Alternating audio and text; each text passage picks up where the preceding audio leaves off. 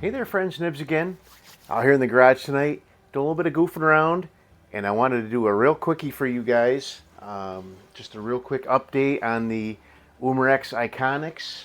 You guys have saw me, I've done a couple of videos with this guy already, and it's going to be a lot of fun, I think. We just got a couple of little tinkering projects I think we need to take care of, and this is going to be a great little shooter. It's very accurate, even with the couple of shortcomings. It is totally degassed right now. So, um, but the one big problem I have with it is it's very very loud. It's like a 22 going off. So it is definitely not backyard friendly.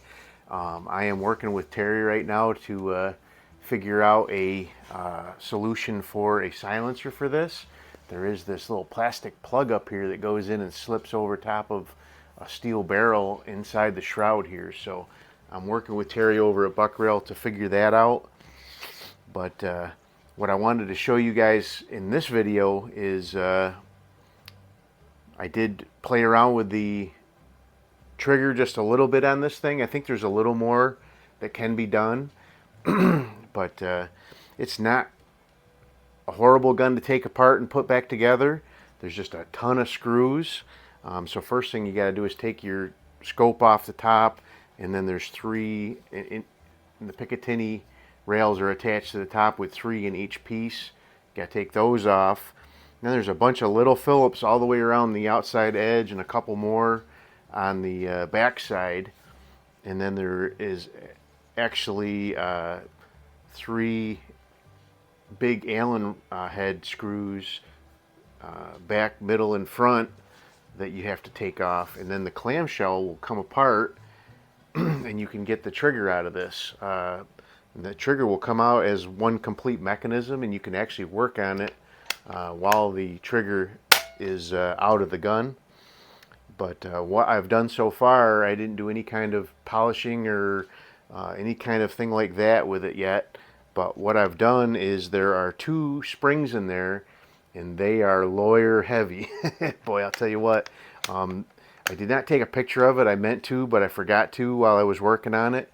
I did it before trigger pull on this, and it was like 8 pounds, 7 ounces. So just heavy, heavy, horrendous trigger. But I have a spring assortment that I got from Tractor Supply or Harbor Freight. Actually, I think I've got one from each one actually. But I swapped out. There's a sear spring up in the front here that pushes the sear up and engages it. That's one that was making it real heavy. And then there's another spring in the back that is the trigger return spring. And that thing was ungodly heavy, and it just absolutely doesn't need, almost don't even need it. But I put a little tiny light spring in there, and I was able to get this trigger down to not quite cut in half, but pretty darn close. And we'll take a look at that.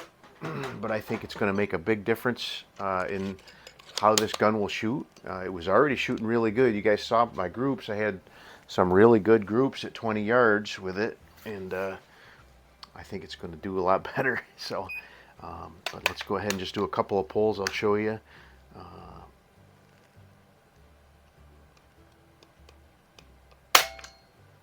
Yeah, it's not as good as it was. Let me start over again. It was definitely better than that when I was there. That's that. So I think I pulled into that after it went off. I pulled into it a little bit more, but about 5 pounds 8 ounces. So I knocked about 3 pounds, which is what I was seeing before. Let's do three pulls average here. And there's an even better one, 4 pounds 4 ounces.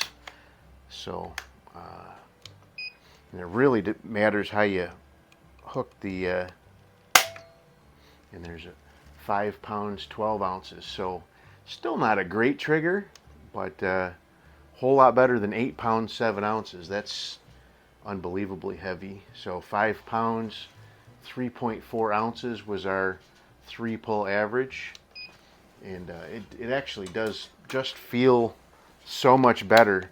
Before, I was like having to, 8 pounds, to pull 8 pounds on a trigger is 5 pounds is manageable.